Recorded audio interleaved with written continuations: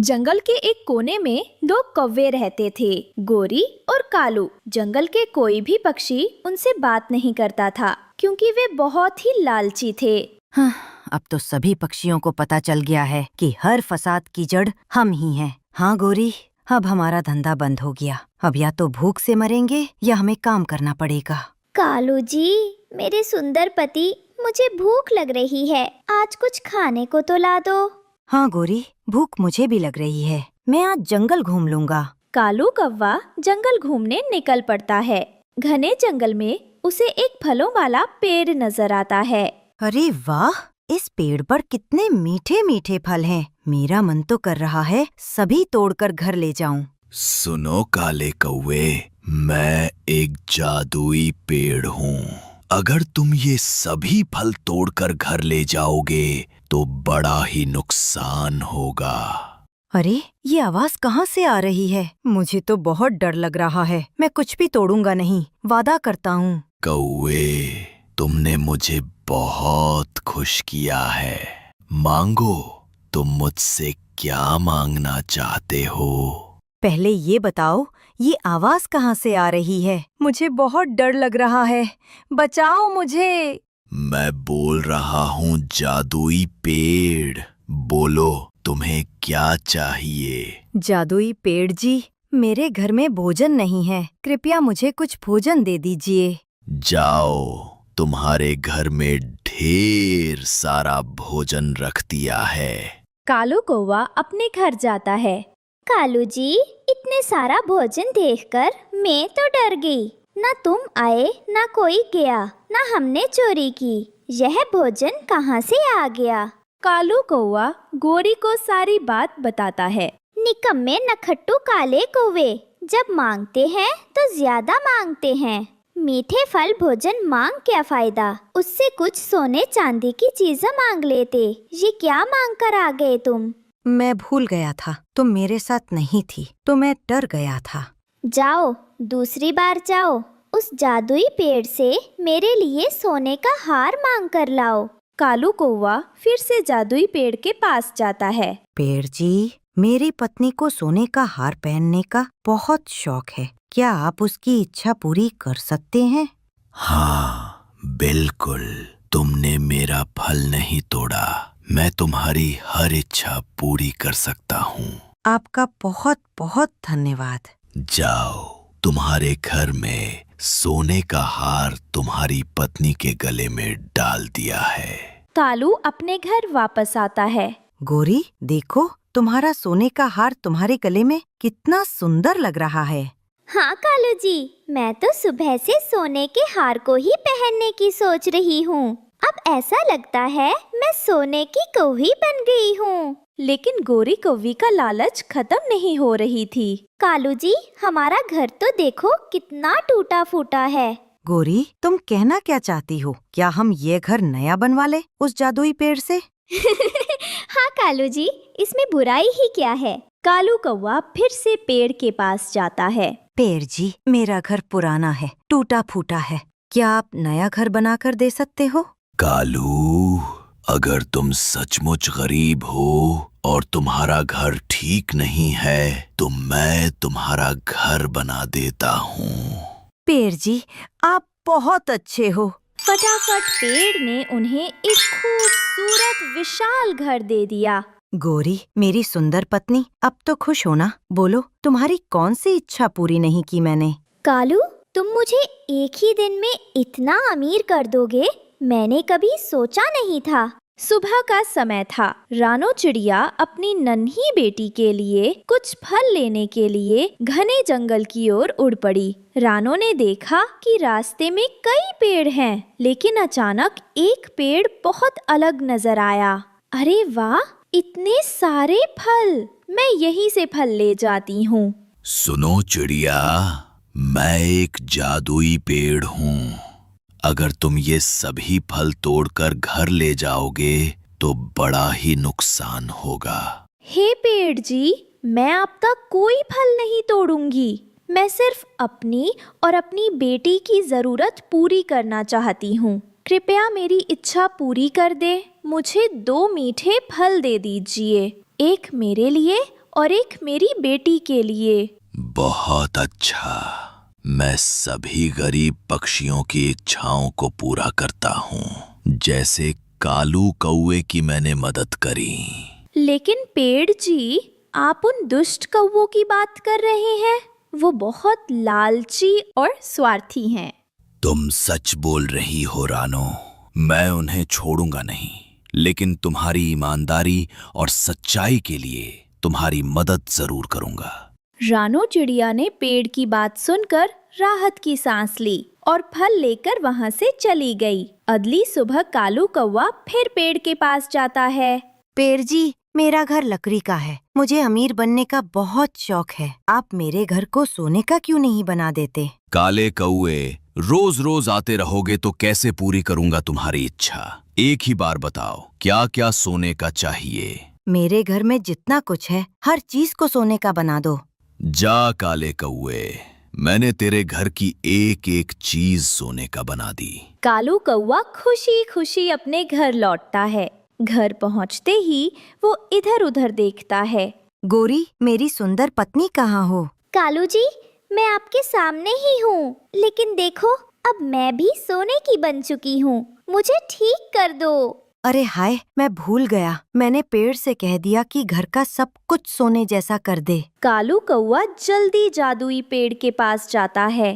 पेड़ भाई, गलती हो गई। वो मेरी पत्नी भी सोने की बन गई हैं। तुम बड़े लालची हो। मैं अपना दिया सब कुछ तुमसे छीन लेता हूँ। अब तुम पहले की तरह कंगाल कौवे बन गए हो। कालू कौवा घर लौटता है। आज से हम मेहनत करके कमाएंगे। दूसरों का दिया दूसरों का ही रहेगा। इस तरह गोरी और कालू को लालच का अच्छा सबक मिल जाता। जंगल के किनारे एक छोटी सी चिड़िया रहती थी। नाम था रानो चिड़िया। उसका घर बहुत छोटा और कमजोर था, लेकिन रानो का सपना था अपनी मेहनत से बच्चों का पेट भरना और उन्हें अच्छी जिंदगी देना। बच्चों देखो, ये जो हरी हरी मिर्च मैंने बोई है ना, जब बड़ी हो जाएगी तो इन्हें बेचकर हम पैसे कमाएंगे। फिर तुम्हें अच्छे कपड़े और मीठा खिलाऊंगी। सच अम्मा, हमें भी मिठाई मिलेगी? हाँ बेटा, मेहनत और हिम्मत से सब कुछ मुमकिन है। पास ही पेड़ पर कालू कौवा और उसकी पत्नी गोरी कौवी बैठे थे। दोनों रानो की बातें सुनकर हंसने लगे। ये देखो, मिर्च उगाकर पैसे कमाएगी। मिर्च से भी किसी का घर गुजारा होता है क्या? सही कहते हो जी। लोग गेहूं धान बोते हैं और ये बेचारी मिर्च। अरे मिर्च तो सबके मुंह में जलन ही करेगी। तुम लोग चाहे मजाक उड़ाओ, पर मेहनत से बोई फसल कभी बेकार नहीं जाती। इतना सुनकर रानो का अच्छा दोस्त मिट्ठू तोता और उसकी पत्नी हरियाली तोती उड़कर आ गए।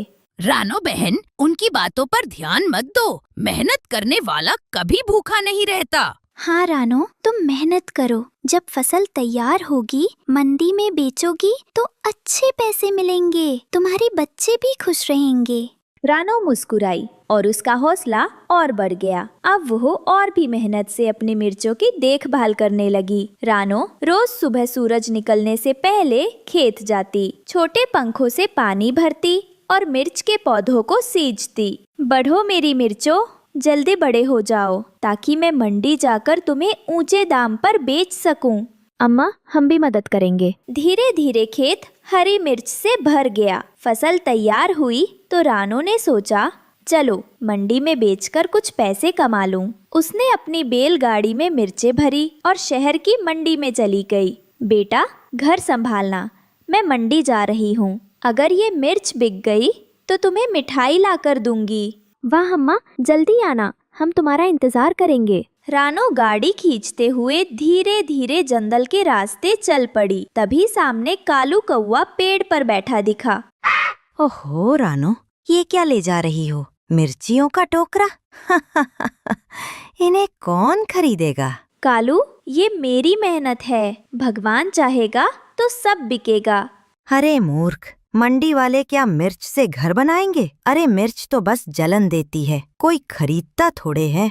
तुम जितना मजाक उड़ाओ, पर मैं मेहनत से पीछे नहीं हटूंगी। आजमा लूंगी, कौन जाने किसे मेरी मिर्च पसंद आ जाए। रानो बिना रुके आगे बढ़ गई। कालू उसके पीछे हंसता रहा, लेकिन रानो का हौसला नहीं टूटा। धीरे धीरे वह मंडी की ओर बढ़ने लगी। मंडी में सबसे पहले मिला बंटी कबूतर दुकानदार। अरे रे रे, इतनी छोटी मिर्चें, हमारी मंडी में तो बड़ी और चमचमाती मिर्च बिकती है, ये कौन खरीदेगा? पर ये तो बहुत स्वादिष्ट है। नहीं नहीं, ले जाओ, मुझे नहीं चाहिए। फिर रानो पहुंची लाल तोते के पास। हाँ, ओ रानो दीदी, ये मिर्च का क्या करूं? इतना छोटा छोटा, हमारे ग्राहक बोलेगा ओफो, ये तो कुछ काम का नहीं। लाल तोता भाई, ये छोटे मिर्च बहुत तीखे हैं। खाना बनेगा तो मजा आ जाएगा। तू चख के देख तो सही। ना रे, हमें छोटा मिर्च नहीं खरीदेगा। आगे जाओ बहन, आगे जाओ, ग्राहक को टाइम हो रहा है। रानो ने फिर आगे बढ़ी और एक दुकान पर रुकी, जहाँ हरियाणवी तोता बैठा था। अरे बहन, तब मिर्च लेके आई है, यो कहीं बिकेगी? हम तो मोटी मोटी हरी हरी मिर्च लेवे, तेरी ये लटकती फटकती मिर्च कदे बिकेगी? भाई, ये मिर्च मैंने बहुत मेहनत से उगाई है। दिन रात खेत में पानी डाला, धूप में तप गई। अगर तू खरीद लेगा तो मेरे बच्चों का पेट भर जाएगा। ना ना बहन, यो मिर्च तो कड़वी लागे है, मेरी दुकान पर तो ये काम की नहीं, तू कहीं और जा। ठीक है भाई, अगर तुझे भी पसंद नहीं आई तो मैं लौट जाती हूँ। थकी हुई निराश रानो अपने खेत वापस आई। बच्चे उसका उदास चेहरा देखकर रोने लगे। अम्मा, क्या हुआ? मंडी में कोई मिर्च नहीं खरीदी? हाँ बेटा, किसी को हमारी मेहनत की कीमत नहीं समझ आई। फिर थोड़ी देर सोचकर बोली, अगर कोई नहीं खरीदेगा तो मैं इन्हीं मिर्चों से अपना घर बना लूंगी। रानो ने हरी मिर्च, टहनियों और बेलों से 3 मंजिला घर बनाना शुरू किया। देखो बेटा, पहली मंजिल रसोई होगी, दूसरी कमरा और तीसरी मंजिल हमारी छत। वाह अम्मा, कितना सुंदर घर है। दिन रात मेहनत करके आखिरकार रानो का हरी मिर्च का 3 मंजिला घर तैयार हो गया। उधर कालू कौआ और उसकी पत्नी गोरी कौवी पेड़ पर बैठकर रानो का घर देख रहे थे। अरे ओ गोरी, देखो जरा, ये गरीब रानो ने मिर्चों का घर बना लिया। अब कोई उसके घर में जाएगा तो मुंह जल जाएगा। सही कह रहे हो जी। बारिश आएगी तो ये मिर्च का अचार बनेगा और गर्मी आएगी तो ये मिर्च सूखकर झड़ जाएगी। अरे, घर तो लकड़ी, मिट्टी, पत्तों से बनते हैं, ये मिर्च का घर किस काम का? सब लोग इसका मजाक उड़ाएंगे। चलो जी, इसे कहते हैं गरीब की सोच और गरीब का घर। एक रात अचानक तेज बारिश और तूफान आया। हवा इतनी तेज थी कि पेड़ टूटने लगे, सबके घर बिखर गए। अरे रे, मेरा घर उड़ गया। अब कहाँ जाएं? सिर्फ रानो का हरी मिर्च का घर मजबूती से खड़ा रहा। आओ सब लोग, मेरे घर में आ जाओ, यहाँ सबके लिए जगह है। सारे पक्षी रानो के घर में सुरक्षित हो गए। सबको समझ आया कि मजाक उड़ाने से कुछ नहीं होता, मेहनत और दया ही असली ताकत है। रानो बहन, हमने तेरा मजाक उड़ाया था, माफ कर दे। असली समझदारी तेरे पास है। गलती मान लेना ही सबसे बड़ी बहादुरी है। अब हम सब मिलकर रहेंगे। उस दिन से जंगल के सारे पक्षी रानो चिड़िया का आदर करने लगे। शाम का समय था। अपने घर के दरवाजे पर वो छोटी सी चिड़िया उदास बैठी हुई थी। गुड़िया बेटी, तुम बाहर क्यों बैठी हो? घर के अंदर जाओ और ये बताओ, पापा कहाँ हैं? मिट्ठू अंकल जी, मैं पापा का ही इंतजार कर रही हूँ। वो अब तक घर नहीं आए हैं। अब तो अंधेरा होने लगा है। टुन्नू चिड़ा को आ जाना चाहिए था, शायद कोई काम होगा। अब मैं चलता हूँ। मिट्ठू तोता वहाँ से चला जाता है। तभी टुन्नू चिड़ा शादी के जोड़े में आता है। उसके साथ एक पिंकी चिड़िया थी। पापा, पापा, ये आंटी कौन है? गुड़िया बेटी, ये तुम्हारी नई मम्मा है। अब ये हमारे साथ रहेंगी और तुम्हें कहानियाँ सुनाएंगी। क्या पापा, दूसरी मम्मा भी होती है? ये बात तो मैंने कभी नहीं सोची थी। अब मुझे कोई चिंता नहीं, मुझे मम्मा मिल गई। गुड़िया चिड़िया खुश होती है और वे तीनों घर के अंदर चले जाते हैं। पिंकी चिड़िया खाना बनाती है।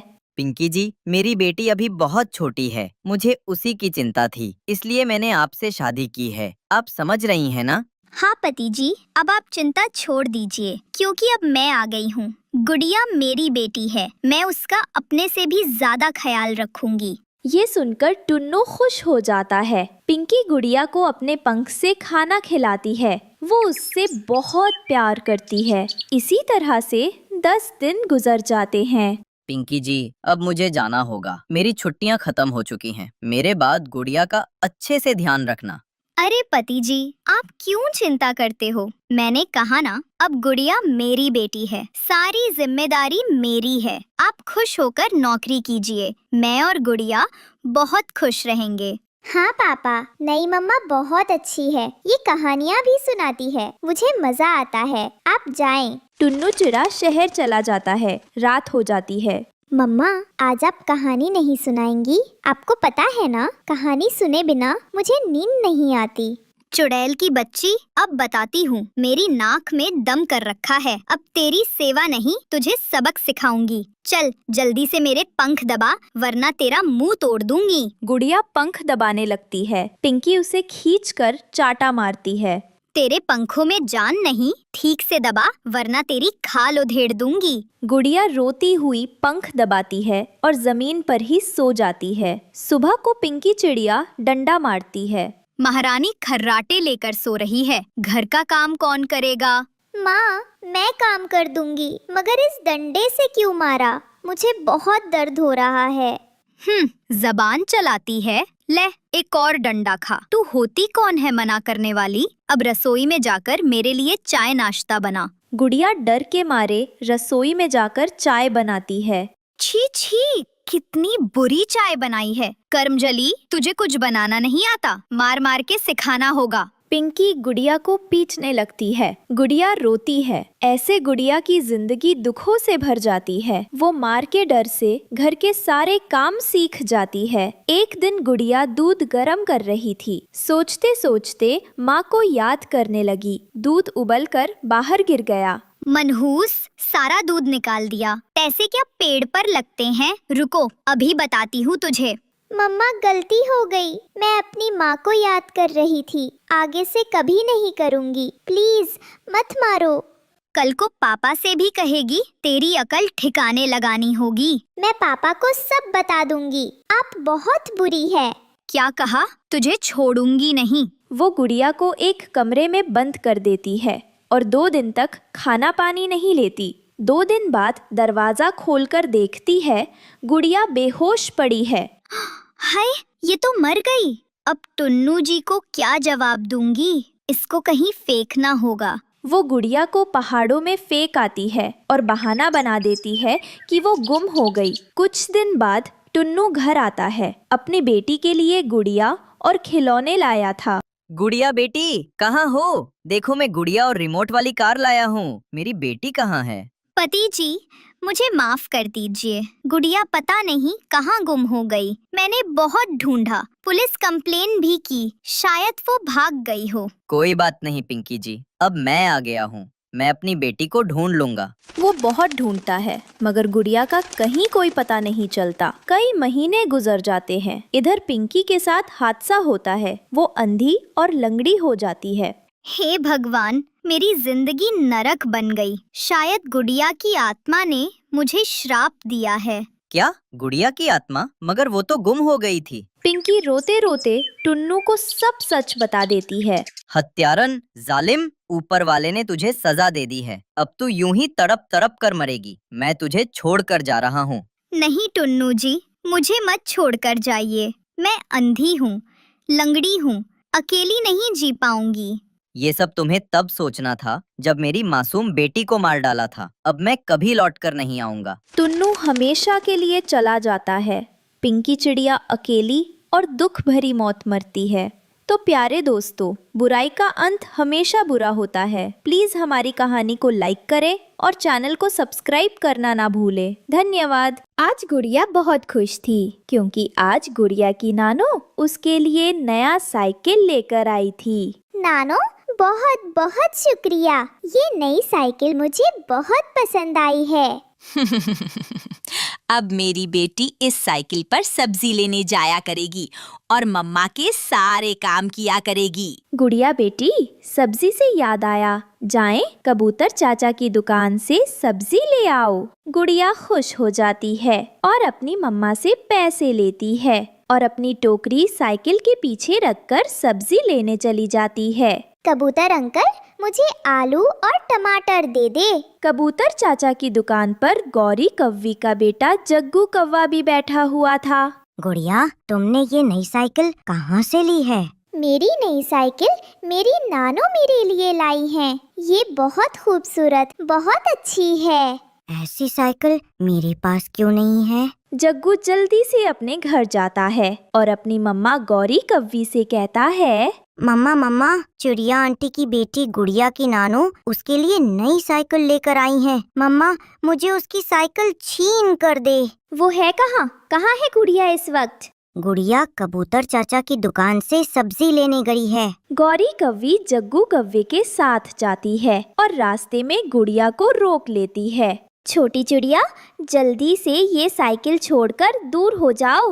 नहीं नहीं आंटी, ये साइकिल तो मेरे नानो मेरे लिए लाई हैं। गौरी गुड़िया को धक्का देती है और गुड़िया से साइकिल छीन लेती है और जग्गू को साइकिल के पीछे बिठाकर वहाँ से ले जाती है। गुड़िया रोती हुई झरने के पास चली जाती है। गंदी गंदी गोरी आंटी गंदी है। गोरी आंटी ने मेरी साइकिल छीन ली। मैंने गोरी आंटी का क्या बिगाड़ा था? मेरी मम्मा कमजोर है ना, इसलिए गोरी आंटी मेरी सारी चीजें छीन लेती है। गुड़िया को रोता हुआ देखकर जंगल की सुंदर परी वहाँ आती है। कोई कमजोर नहीं है इस जंगल में, मैं हूँ ना, मैं सबकी मदद करती हूँ, गरीबों की, कमजोरों की। सुंदर परी जग्गू कव्वे और गौरी आंटी ने मेरी साइकिल छीन ली है। आप आम के बड़े पेड़ के नीचे जाकर देखो, वहाँ आपके लिए कुछ है। गुड़िया खुश हो जाती है और जल्दी से आम के बड़े पेड़ के पास जाती है। वहाँ एक नई स्कूटी खड़ी थी। गुड़िया नई स्कूटी देखकर खुश हो जाती है और वो स्कूटी लेकर घर चली जाती है और घर जाकर अपनी मम्मा और नानो को सारी बात बताती है। मम्मा सुनो, परी ने मुझे नई स्कूटी दे दी है। अब तो वो कव्वे मेरी बेटी की नई स्कूटी देखकर जल जाएंगे। गुड़िया बेटी, अब आप उन कौवों के घर की तरफ मत जाना। ना ना, मैं तो कभी वहाँ गई ही नहीं और ना ही जग्गू कव्वे से बात करती हूँ। दूसरे दिन गुड़िया अपनी नई स्कूटी लेकर घर से बाहर जाती है। जग्गू कौवा गुड़िया से छीनी हुई साइकिल चला रहा था। थक गया। हाँ, साइकिल चलाना तो बहुत मुश्किल काम है। गुड़िया अपनी स्कूटी लेकर जग्गू कौवे के पास से गुजर जाती है। अरे, इस गुड़िया के पास नई स्कूटी कहाँ से आ गई है? जग्गू साइकिल वहाँ छोड़कर जल्दी से गुड़िया के पीछे पीछे भागता है और जाकर गुड़िया को रोक लेता है। गुड़िया, मुझे भी अपनी नई स्कूटी चलाने दो। नहीं चलाने दूंगी। मुझे ये नई स्कूटी सुंदर परी ने दी है। तुम बुरे हो, तुमने मेरी साइकिल छीन ली थी। जग्गू फिर से जाता है और जल्दी से अपनी मम्मा को बुलाकर ले आता है। चल हट जा छोटी चिड़िया, ये नई स्कूटी मेरे जग्गू को दे दो। आंटी प्लीज ऐसा मत करे, आपने मेरी साइकिल छीन ली थी। अब जाएं और मुझे मेरी स्कूटी चलाने दें। लेकिन गौरी गुड़िया से उसकी स्कूटी भी छीनकर ले जाती है और गुड़िया जग्गू कौवे और गौरी आंटी को जाते हुए देखती ही रह जाती है। गंदी गंदी गोरी आंटी गंदी है। गुड़िया रोती हुई झरने के पास जाती है और सुंदर परी से कहती है, सुंदर परी आप कहाँ हैं? मेरी मदद करें, उन कौवों ने मेरी स्कूटी भी छीन ली है। एक रोशनी आसमान की तरफ से आती है और सुंदर परी वहाँ आती है। चुप कर जाओ गुड़िया, मेरे पास आपके लिए स्कूटी से भी बढ़कर कुछ है, देखोगी तो खुश हो जाओगी। लेकिन वो क्या सुंदर परी? उसी आम के बड़े पेड़ के पास जाओ, वहाँ आपके लिए कुछ है। गुड़िया उड़ती है और आम के पेड़ की तरफ चली जाती है। सुंदर परी गोरी और जग्गू कौवे के पास जाती है और अपने जादू से उस स्कूटी को गायब कर देती है। जग्गू बेटा, कहाँ गई? हमारी स्कूटी कहाँ गई है? मम्मा, अभी अभी तो मैंने स्कूटी यहाँ खड़ी की थी। कौवों को देखकर फूलों में छुपी हुई सुंदर परी हंस रही थी। गुड़िया जब आम के बड़े पेड़ के पास जाती है तो उसकी आंखें खुली की खुली रह जाती हैं। वहाँ एक लाल रंग की कार खड़ी थी। क्या ये मेरे लिए है? नहीं नहीं, शायद ही मेरी नहीं है। ये कार आपके लिए ही है, इसे आप लेकर जा सकती हो। गुड़िया खुशी खुशी वो लाल रंग की नई मोटर कार लेकर वहाँ से चली जाती है। बिंदिया, बिंदिया, मेरे साथ बैठो। आओ, मैं आपको इस नई कार में जंगल की सैर करवाती हूँ। वाह, ये नई कार बहुत चमकदार और शानदार है। गुड़िया और बिंदिया पूरे जंगल की सैर करती हैं। फिर शाम को गुड़िया अपने घर वापस चली जाती है। मम्मा, मम्मा, अब तो गोरी आंटी जलकर राख बन जाएंगी जब वो मेरे पास मेरी नई कार देखेंगी। गुड़िया की मम्मा ने गुड़िया को समझाया, मेरी बेटी कभी भी घमंड मत करना। ये इसीलिए है कि आप अच्छी हो और नेक चिड़िया हो। मेरी बेटी हमेशा ऐसे ही अच्छे काम करना, फिर कभी भी आप जीवन में निराश नहीं होगी। मम्मा, मैं वादा करती हूँ मैं हमेशा दूसरों की मदद करूँगी और किसी को तंग नहीं करूँगी। 2-3 दिनों के बाद जब गुड़िया अपनी नई कार में जंगल की सैर कर रही थी तो गोरी कौवी और जग्गू कौवा सामने आकर गुड़िया का रास्ता रोक लेते हैं। जग्गू बेटा, हर बार इस गुड़िया को पहले से अच्छी और महंगी चीज ही मिलती है, अब हम क्या करें? मम्मा, हम ऐसा करते हैं, गुड़िया की नई कार भी छीन लेते हैं। लेकिन गुड़िया कौवों की बात सुन लेती है और अपनी कार लेकर वहाँ से भाग जाती। गुड़िया इतनी तेज कार चलाती है कि कौवे पीछे ही रह जाते हैं। गोरी कौवी अपने भाई के पास जाती है। भाई भाई, जग्गू को गुड़िया की कार पसंद आ गई है, हमें गुड़िया की कार छीन कर दे। मैं अभी जाता हूँ और उस गुड़िया की बच्ची से कार छीन लेता हूँ। गोरी कौवी का भाई जग्गू का मामा उड़ता है और गुड़िया को रास्ते में जाकर रोक लेता है। उतर जाओ इस कार से, ये कार जग्गू चलाएगा, वरना मैं तुम्हें बहुत मारूंगा। गुड़िया डर जाती है और कार से उतर जाती है। जग्गू कौवे का मामा कार भगाकर ले जाता है। गुड़िया फिर से झरने पर जाती है। सुंदर परी, कौवों ने मेरी कार छीन ली है, उन्हें रोक के मेरी मदद करे। सुंदर परी वहाँ आ जाती है। वो कौवे कभी भी कामयाब नहीं हो सकते क्योंकि वो बुरे कौवे हैं। आज मैं आपको कुछ अलग दूंगी, जंगल में सबसे अलग। फिर सुंदर परी अपने जादू से गुड़िया को एक हवाई मोटर देती। गुड़िया हवाई मोटर में बैठकर जंगल में निकल जाती है। सुंदर परी अपने जादू से कौवों के पास जो कार थी वो गायब कर देती है। मामा जी, मेरी कार कहाँ गई? गोरी बहन, वो कार तो गायब हो गई। तभी ऊपर से गुड़िया हवाई मोटर में बैठकर गुजरती है। जग्गू बेटे, गुड़िया जीत गई और हम हार गए। इस बार हम गुड़िया से हवाई मोटर नहीं छीनेंगे। ऐसा ना हो कि सुंदर परी गुड़िया को हवाई मोटर से भी बढ़िया कोई चीज दे दे। फिर कौवे रोते हुए अपने घर को चले जाते हैं और गुड़िया अपनी हवाई मोटर में पूरे जंगल की सैर करती है। प्यारे दोस्तों, इस कहानी को लाइक, अपने दोस्तों के साथ शेयर और चैनल को सब्सक्राइब करना बिल्कुल मत भूलना।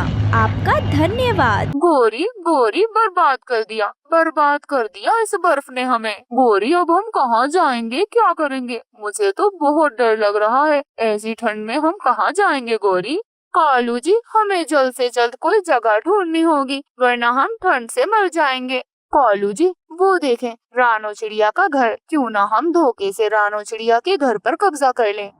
जंगल में सर्दियों का मौसम था, हर तरफ जंगल में बर्फ ही बर्फ थी। रानो चिड़िया और उसकी प्यारी सी बेटी गुड़िया एक छोटे से घास के घर में रहा करती थी। उनका घर छोटा जरूर था, परंतु उसमें प्यार और ममता भरी हुई थी। रानो चिड़िया गरीब थी, परंतु वह अपनी मेहनत और समझदारी से अपनी बेटी की अच्छी देखभाल किया करती थी। जंगल में ठंडी ठंडी हवाएं चल रही थी, पेड़ पौधे बर्फ से ढके हुए थे। वहीं रानो चिड़िया अपने घर के अंदर बैठी हुई थी और वह गुड़िया को समझा रही थी।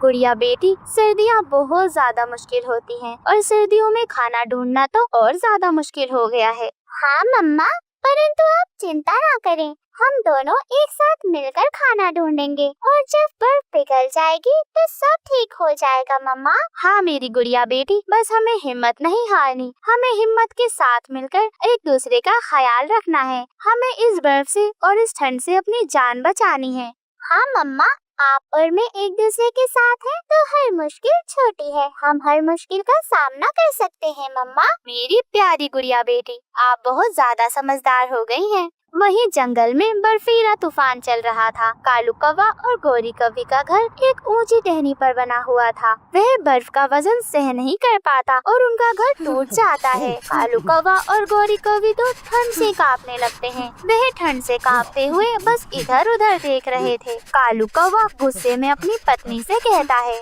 गोरी गोरी बर्बाद कर दिया इस बर्फ ने हमें। गोरी अब हम कहाँ जाएंगे, क्या करेंगे? मुझे तो बहुत डर लग रहा है, ऐसी ठंड में हम कहाँ जाएंगे गोरी?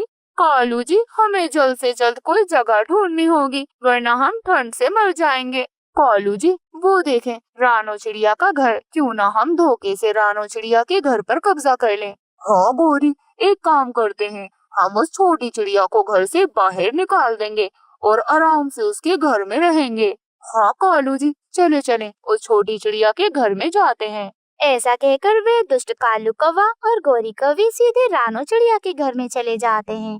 कालू कौवा रानो चिड़िया के घर में जाकर उससे कहता है, रानो बहन, तुम्हारा घर तो बहुत ज्यादा आरामदायक लग रहा है, क्या हम कुछ दिन यहाँ ठहर सकते हैं? कालू जी, पूछ क्या रहे हो? रानो बहन कौन सा मना करेंगी। क्यों रानो बहन, आपका घर और हमारा घर एक ही बात है, हम यहाँ रह सकते हैं ना रानो बहन। रानो चिड़िया के कुछ समझ नहीं आ रहा था कि वह कालू कौवे को क्या जवाब दे। वह काफी झिझकते हुए कहती है, कालू भैया, गौरी बहन, मेरा घर बहुत ज्यादा छोटा है।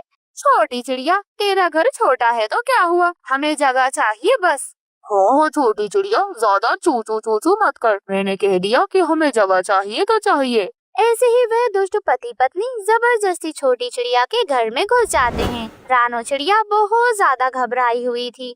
वह अपने बच्चों को लेकर एक कोने में सिमट जाती है। रानो चिड़िया अपनी बेटी को देखती है जो डर से कांप रही थी। रानो चिड़िया फैसला करती है कि उसे कुछ करना होगा। गुड़िया बेटी, आप डरे नहीं, मम्मा आपके साथ हैं, आप बिल्कुल भी फिक्र ना करें, हम एक नया घर बनाएंगे बेटा।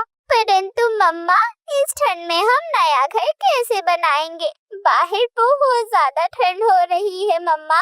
रानो चिड़िया अपनी बेटी से मुस्कुराते हुए कहती है, गुड़िया बेटी, अगर हिम्मत और मेहनत हो तो कुछ भी मुमकिन है, आप बिल्कुल भी फिक्र ना करें, आप मेरे साथ है ना। मम्मा और बेटी मिलकर बहुत खूबसूरत सा मजबूत घर बनाएंगे। रानो चिड़िया की बेटी यह सुनकर खुश हो जाती है और उसे हिम्मत मिलती है। वह अपनी माँ के साथ उड़ती हुई जाती है। रानो चिड़िया अपनी पुरानी दोस्त सोनपरी के पास जाती है। परी बहन, मुझे आपकी मदद चाहिए। परी बहुत ज्यादा अच्छी थी। वह बहुत प्यार से कहती है, हाँ हाँ रानो, बताओ मैं तुम्हारी क्या मदद कर सकती हूँ। रानो चिड़िया दुखी होकर उसे सारी बात बताती है। सोनपरी जी, कालू और गौरी ने हमारा घर छीन लिया है, हमें एक नया घर बनाना है, आप हमारी नए घर बनाने में मदद कर दें। अच्छा तो ये बात है, तो फिर देर किस बात की, चलो हम मिलकर एक बहुत ही सुंदर और मजबूत घर बनाएंगे। ऐसे ही रानो चिड़िया, गुड़िया और परी बर्फ के बड़े बड़े टुकड़ों को इकट्ठा करती हैं।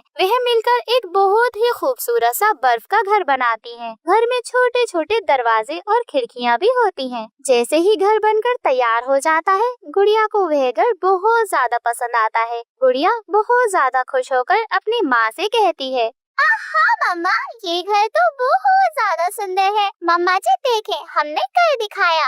रानो चिड़िया भावुक होकर अपनी बेटी से कहती है, हाँ गुड़िया बेटी, यह घर हमारी मेहनत और प्यार से बना है, सुंदर और मजबूत तो होना ही है। वही परी भी उन माँ बेटी को खुश देखकर बहुत ज्यादा खुश हो जाती है। अब तुम्हें किसी से डरने की जरूरत नहीं है, ये घर बहुत ज्यादा मजबूत और सुरक्षित है। यह घर ठंड में गर्म और गर्मी में ठंडा रहेगा। परंतु यह बात कालू और गौरी को पता चल जाती है और वे वहाँ आ जाते हैं। कालू कौवा गुस्से से कहता है, रानो चिड़िया, तूने नया घर बना लिया, तुम्हारी हिम्मत कैसे हुई? अब ये घर भी हमारा है। निकलो रानो चिड़िया, यहाँ से बाहर निकलो, ये सुंदर घर सिर्फ हमारा है। तभी वहाँ पर सोनपरी सामने आ जाती है। बस बहुत हो गया, ये घर तुम इनसे नहीं छीन सकते। अगर तुमने ज्यादा जोर जबरदस्ती की तो मैं तुम्हें अपनी जादुई शक्तियों से कैद कर दूंगी। परी का इतना गुस्सा देखकर कालू कौवा और गौरी कौवी बहुत ज्यादा डर जाते हैं। कालू कौवा शर्मिंदा होकर गौरी से माफी मांगता है। रानू बहन, हमें माफ कर दो, हमने लालच में आकर बहुत ज्यादा गलत किया। हाँ रानू बहन, हम ठंड से बहुत ज्यादा डर गए थे, इसलिए हमने ऐसा किया। हमने तुम्हारे घर पर कब्जा किया, परंतु अब हमें समझ आ गया है कि हमें तुम्हारे साथ बुरा नहीं करना चाहिए था। रानू चिड़िया दिल की बहुत ज्यादा अच्छी थी। वह मुस्कुराते हुए कहती है, कालू भैया, गौरी बहन, माफी मांगने से इंसान और पक्षी दोनों बड़े बनते हैं, परंतु अगली बार किसी को सताने से पहले आप सोच लीजिएगा। रानो चिड़िया कालू और गौरी को अपने बर्फ के घर में थोड़ी जगह दे देती है, परंतु वह कालू और गौरी से वादा करवाती है कि वह अब किसी भी पक्षी के साथ कभी भी इतना बुरा व्यवहार नहीं करेंगे। तभी गुड़िया मुस्कुराते हुए अपनी मम्मा से कहती है, मम्मा जी, अब हम सब मिलकर इस ठंड से लड़ेंगे। रानो चिड़िया अपनी बेटी को गले लगाते हुए कहती है, गुड़िया बेटी, मेहनत और माफी से ही जिंदगी में खुशियाँ आती हैं। जंगल में बर्फ तो थी, पर अब हर तरफ प्यार और अपनापन भी था। रानो और गुड़िया का साहस सबके लिए प्रेरणा बन गया। प्यारे दोस्तों, इस कहानी से हमें ये सीख मिलती है कि मेहनत और प्यार से हर मुश्किल को हराया जा सकता है।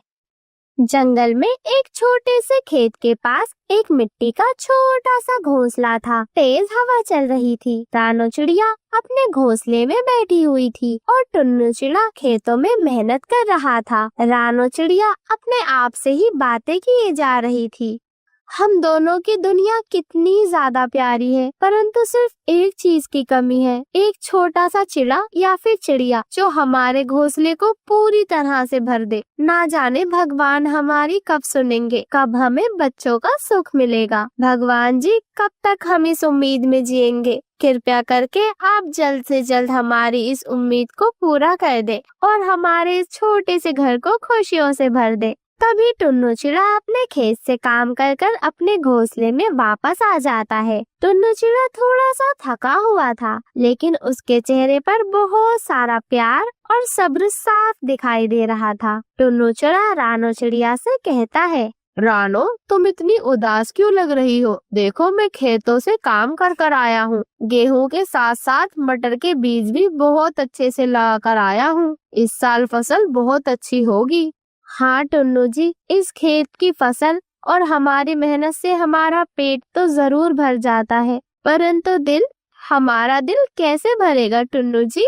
काश जल्द से जल्द भगवान जी हमें एक छोटा सा अंडा दे देते जो हमारी जिंदगी में रंग भर देता। रानो, ये सब वक्त का खेल है। शायद ऊपर वाला भी हमें ये खुशी देना ही नहीं चाहता, परंतु रानो, हम दोनों के पास एक दूसरे का साथ है और ये हमारे लिए सबसे बड़ी दौलत है। रानो चिड़िया टुन्नू चिड़े से कुछ भी नहीं बोलती। वह बस अपनी छोटी सी चोंच से टुन्नू की तरफ देखकर हल्का सा मुस्कुरा देती है। ऐसे ही शाम हो जाती है। शाम के वक्त खेत की फसल देखने रानो और टुन्नू दोनों अपने खेतों पर जाते हैं। वहीं पीपल के पेड़ पर एक कालू कौवा बैठा हुआ था। कालू कौवा अंदर ही अंदर सोच रहा था, ये दोनों तो अपने प्यार मोहब्बत में डूबे रहते हैं, पर मुझे क्या? मुझे तो इनके मटर के खेत उजाड़ कर अपने लिए और अपने दोस्तों के लिए खाने का इंतजाम करना है। मैं भी देखता हूँ कैसे रोकेगा ये टुन्नू चिड़ा मुझे। ऐसे ही कालू कौवा जोर जोर से काव काव काव काव करने लगता है, जिससे रानो चिड़िया और टुन्नू चिड़े को संकेत मिल जाता है। टुन्नू जी, मेरा मन बहुत ज्यादा घबरा रहा है। लगता है ये कालू कौवा कुछ गलत करने की सोच रहा है। इस कौवे का काव काव करना मुझे बिल्कुल भी शुभ नहीं लगता। हाँ रानो, पर तुम चिंता मत करो। जब तक मैं जिंदा हूँ, हमारे खेतों को कोई नुकसान नहीं पहुँचा सकता। ऐसे ही रात हो जाती है। रानो और टुन्नू अपने घोंसले में आराम से सो रहे थे। तभी वह दुष्ट कालू कौवा अपने दोस्तों के साथ मिलकर रानो चिड़िया और टुन्नू चिड़े के खेतों में घुस जाता है। वह खेतों से मटर चुराने लगता है, परंतु रानो चिड़िया की आँख खुल जाती है। टुन्नू जी, खेतों से आवाज आ रही है। लगता है कोई हमारी फसल खराब कर रहा है। रुको, मैं देख कर आता हूँ। टुन्नू सीधे खेतों की ओर जाता है। वह देखता है कि कालू और उसके साथी मिलकर उसके मटर के खेतों को साफ कर रहे हैं। कालू, तुम ये क्या कर रहे हो? ये हमारी मेहनत की कमाई है। हो। टुन्नू, तुम्हारे पास तो कोई औलाद भी नहीं है, तुम्हारे खेत का क्या फायदा? तुम्हारी सब फसल हमारे ही काम तो आएगी। टुन्नू को बहुत ज्यादा गुस्सा आ जाता है और वह गुस्से में कालू कौवे को भगाने की कोशिश करता है। टुन्नू चिड़े की कालू कौवे और उसके साथियों से लड़ाई हो जाती है। बेचारा टुन्नू चिड़ा अकेला था, उसकी चोट लग जाती है और वह वापस अपने घोंसले में आ जाता है। रानू चिड़िया टुन्नू को जख्मी देखकर बहुत ज्यादा घबरा जाती है। टुन्नू जी, क्या हुआ आपको? आप ठीक तो है ना टुन्नू जी? हाँ रानो, मैं ठीक हूँ। वह कौवा बहुत ज्यादा चालाक है, उसने मुझे मारकर भगा दिया। वह हमारे मटर के खेतों को बर्बाद कर रहा है। इतना सुनकर रानो चिड़िया तो रोने लग जाती है। टुन्नू जी, अब क्या होगा टुन्नू जी? हम क्या करेंगे? हमारी फसल तो खत्म हो जाएगी। टुन्नू जी कुछ करें। ऐसे ही सुबह हो जाती है। रानो और टुन्नू अपने घोंसले में उदास बैठे हुए थे। तभी एक चील उनके घोंसले के पास आती है और उनसे कहती है, अरे रानो, टुन्नू, तुम्हारी खेत की ये हालत देखकर मुझे बहुत ज्यादा अफसोस हुआ। मैं तुम्हारी मदद कर सकती हूँ अगर तुम चाहो तो, परंतु मेरी एक शर्त भी है। तभी टुन्नू चिड़ा उस चील से सवाल करता है, कैसी शर्त है आपकी? बस मुझे तुम्हारे मटर का आधा हिस्सा चाहिए, तभी मैं कालू कौवे और उसके साथियों को भगाने में तुम्हारी मदद करूँगी। चील, तुम भी वही करोगे जो उस कालू ने किया है? हमारी मेहनत का फायदा उठाना चाहते हो आप सब? रानो, बाकी तुम्हारी मर्जी है। अगर मेरी मदद चाहिए हो तो मुझे बुला लेना। वैसे भी कालू तो तुम्हारे खेतों को उजाड़ ही देगा। रानो चिड़िया और टुन्नू चिड़ा दोनों ही सोच में पड़ जाते हैं कि आखिर वह करें तो करें क्या। रानो, मुझे लगता है हमें अपने खेतों को बचाने के लिए उस चील की शर्त को मान लेना चाहिए। नहीं टुन्नू जी, हमने अपने खेतों में बहुत ज्यादा मेहनत की है। हम खुद हम अपने खेतों को बचाएंगे। हमें किसी की मदद की जरूरत नहीं है। वैसे वह चील तो मांसाहारी है, उसे हमारी मटर की क्या जरूरत है। कुछ समय पश्चात रानो चिड़िया और टुन्नू चिड़ा उस चील के पास जाते हैं और उससे सवाल करते हैं, चील, आपको हमारी मटर की क्या जरूरत है? आप तो मांसाहारी है ना? क्यों ना आप उस कालू और उसके साथियों का शिकार कर लें। इससे हमारे मटर के खेत भी बच जाएंगे और आपको भी फायदा हो जाएगा। चील को भी उनकी बात समझ में आ जाती है। ऐसे ही रानो, टुन्नू और चील तीनों साथ मिलकर एक योजना बनाते हैं। ऐसे ही रात हो जाती है। रात के वक्त कालू कौवा अपने साथियों के साथ फिर से उनके खेतों पर हमला करता है, लेकिन इस बार टुन्नू और रानो उनके लिए तैयार थे। रानो चिड़िया ने फसल के आसपास एक जाल बिछा दिया था और जैसे ही कालू और उसके साथी उस जाल के पास आते हैं, वे उस जाल में फंस जाते हैं। टुन्नू, दुष्ट टुन्नू, तूने मुझे धोखा दिया है। धोखेबाज टुन्नू। कालू कौवा जोर जोर से चिल्लाकर गुस्से में आवाज देता है, छोड़ो मुझे टुन्नू, तूने मुझे धोखा दिया है। टुन्नू, मुझे आजाद करो, जाने दो मुझे। नहीं कालू, ये कोई धोखा नहीं है, ये हमारी मेहनत और हिम्मत की जीत है। अब तुम मेरे खेतों से दूर रहो। तभी चील उड़ती हुई आती है और उन पर हमला कर देती है। कालू और उसके साथी चील से बचने की बहुत ज्यादा कोशिश करते हैं, परंतु चील बहुत ज्यादा शक्तिशाली थी। वह उन्हें अपने साथ उड़ा कर ले जाती है। टुन्नू जी, आखिरकार हम जीत ही गए। हाँ रानो, और ये सब तुम्हारी हिम्मत की वजह से मुमकिन हुआ है।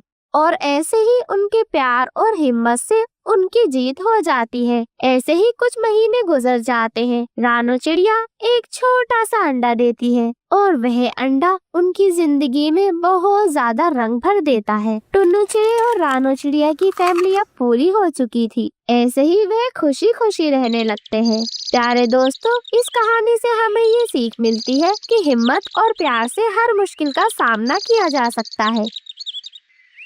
जंगल के एक कोने में एक पुराना और टूटा फूटा सा घोंसला था जिसमें रहती थी रानो चिड़िया अपने 2 बच्चों के साथ। गर्मी का मौसम था, खाने को कुछ नहीं, पेड़ सूखे पड़े थे और रानो की आंखों में चिंता के बादल थे। हे भगवान, ये कैसी परीक्षा ले रहे हो? आज भी मेरे मासूम बच्चों को कुछ नहीं खिला पाई। उनका सूखा पेट देखकर दिल फट रहा है। कहाँ जाऊँ? किससे मदद मांगू? जंगल में कोई सुनने वाला नहीं। क्या मैं इतनी बेसहारा हूँ? रानो बहन, तुम इतनी जल्दी हार कैसे मान सकती हो? तू तो वो माँ है जो आंधी में भी अपने बच्चों को पंखों में छुपा लेती है। हिम्मत रखो, कोई न कोई रास्ता जरूर निकलेगा। ये जंगल जितना बेरहम लगता है उतना ही करुणामय भी है। मैं तुम्हारे साथ हूँ, चलो कुछ न कुछ उपाय जरूर मिलेगा। अगले दिन रानो जंगल के पुराने कुएं के पास घास लेने गई। वहाँ उसे एक लकड़ी की पेंसिल दिखी जिस पर लिखा था, शकाला का बूम बूम, जो भी बनाओगे वो हकीकत बन जाएगा। क्या ये जादुई पेंसिल है? वो जमीन पर एक रोटी बनाकर ड्रॉ करती है और चमत्कार होता है, सच्ची रोटी आ जाती है। अब ये पेंसिल जंगल की जनता की है। इसे हम सब मिलकर संभालेंगे और जब किसी को इसकी जरूरत होगी हम उसे मदद देंगे, ताकि कोई और रानो फिर भूखी न रोए, कोई और बच्चा फिर बिन छत के न सोए। अब रानो हर रोज उस पेंसिल से खाना बनाती, खिलौने बनाती और धीरे धीरे उसका टूटा घर भी सुंदर बन गया। रानो की किस्मत चमकी रे, अब नहीं वो थकी रे। बुलबुल बहन, खुशी मनाना ठीक है, लेकिन ध्यान रखना, जब किसी के हाथ इतनी बड़ी ताकत लगती है, चाहे वो जादुई हो या दौलत की तरह, तो साथ ही बढ़ता है लालच, मोह और डर। रानो का दिल भला है, लेकिन ये जंगल बदलते देर नहीं लगाता। जहाँ उजाला होता है वहीं उसकी परछाई भी होती है। हमें उसका साथ देना होगा ताकि ये चमक उसकी मासूमियत को जला न दे। रानो की खुशहाली देखकर कालू कौवा जलने लगा। वो लोमड़ी के पास गया जो चालबाजियों में माहिर थी। ये रानो एक वक्त की भूखी चिड़िया, और अब देखो, सुनहरा घर, झिलमिलाते कपड़े और उसके बच्चों के हाथ में मिठाई। ये सब अचानक कैसे? जंगल में ऐसा चमत्कार यूं ही नहीं होता। कुछ तो गड़बड़ है। मुझे पता चला है कि उसके पास कोई जादुई पेंसिल है। हाँ, वही पेंसिल जिससे वो जो भी बनाती है असल बन जाता है। अगर वो पेंसिल हमारे हाथ लग जाए तो हम जंगल के सबसे ताकतवर बन सकते हैं। उसकी किस्मत अब हमारी होनी चाहिए। फिर तो खेल ही बदल जाएगा कालू भैया। वो पेंसिल हमारे हाथ आ जाए तो हम सिर्फ इस जंगल के नहीं, आसपास के जंगलों के भी राजा बन सकते हैं। रात के अंधेरे में कालू और लोमड़ी चुपचाप रानो के घर पहुँचे और वो जादुई पेंसिल चुरा ली। धीरे लोमड़ी बहन, कोई जाग न जाए। रानो का घर यहीं है। वो पेंसिल उसी तकिए के नीचे रहती है। आहिस्ता आहिस्ता दोनों घर में घुसते हैं, तकिए के नीचे से चमकती हुई नीली जादुई पेंसिल निकालते हैं और खुशी से चुपचाप वहाँ से भाग जाते हैं। पत्तियों की सरसराहट के अलावा जंगल में कोई हलचल नहीं होती। हे भगवान, मेरी पेंसिल, अब मैं फिर से गरीब हो जाऊंगी। वो पूरे घर को उलट पलट कर ढूंढती है। उसका चेहरा पीला पड़ चुका था, आंखों में आंसू भर जाते हैं।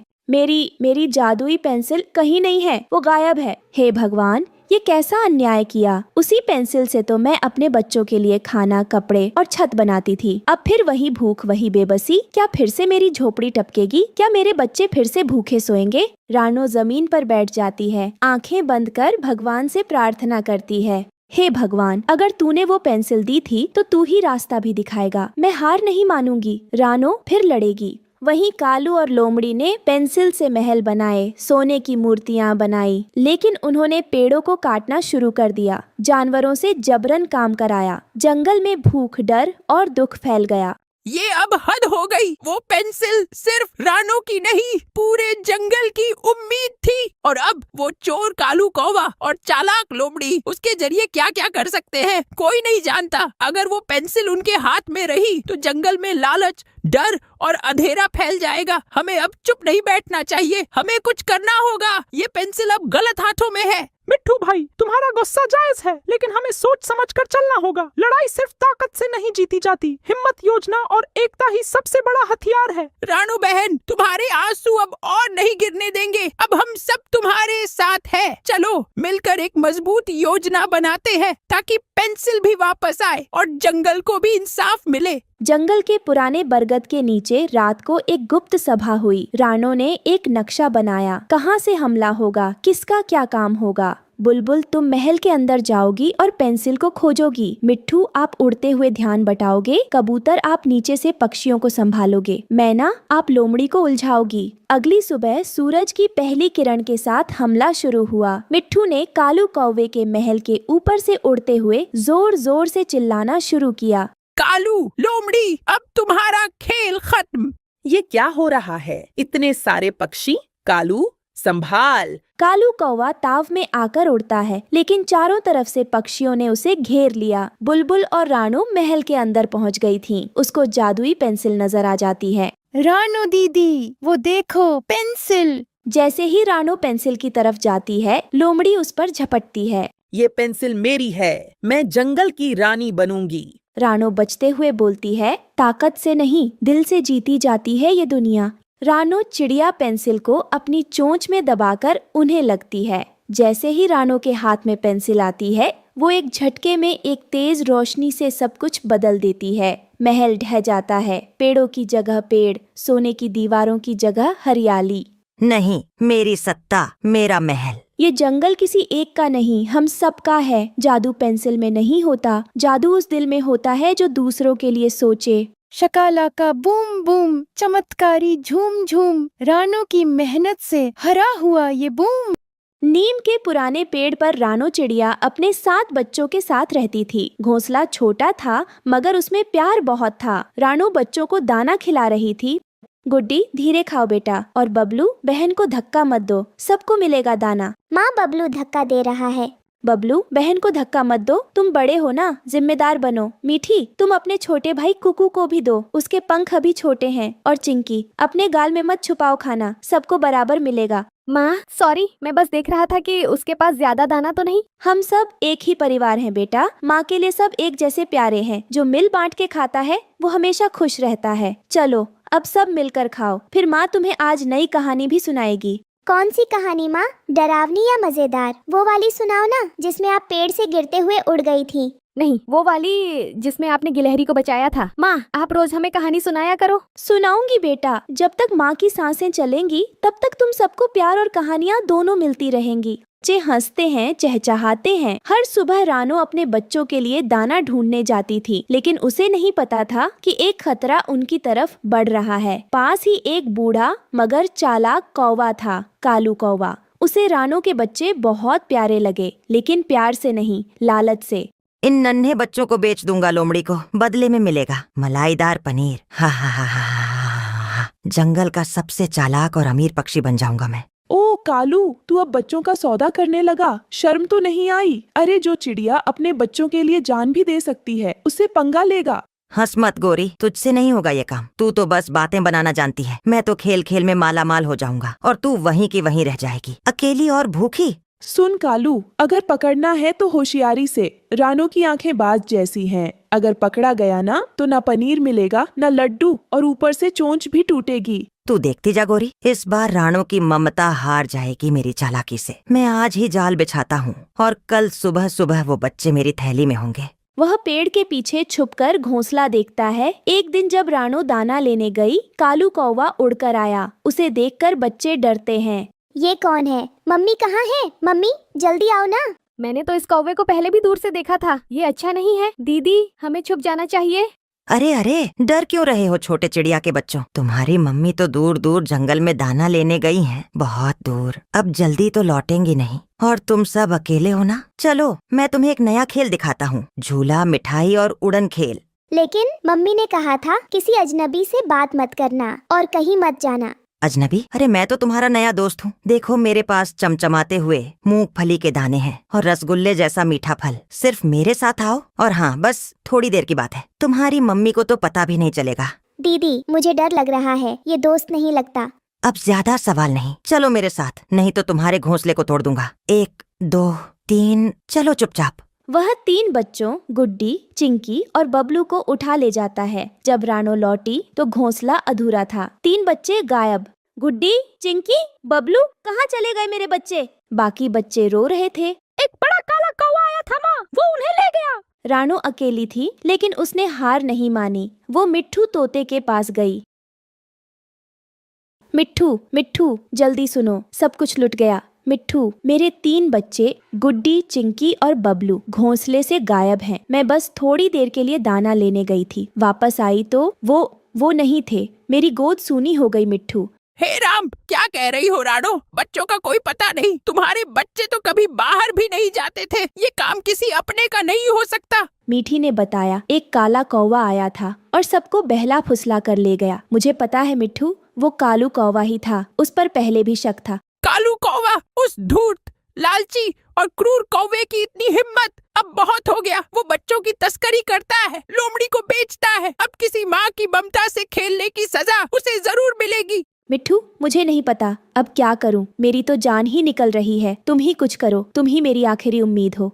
रानो, तुम अकेली नहीं हो, हम सब तुम्हारे साथ हैं। मैं रानी चींटी को बुलाता हूँ। वो जंगल की सबसे समझदार और ताकतवर योद्धा है। उसकी चींटी सेना जंगल के हर कोने में जा सकती है। वो कालू को छुपने नहीं देगी। रानी चींटी, हाँ, वो मदद कर सकती है, पर क्या वो मेरी बात सुनेगी?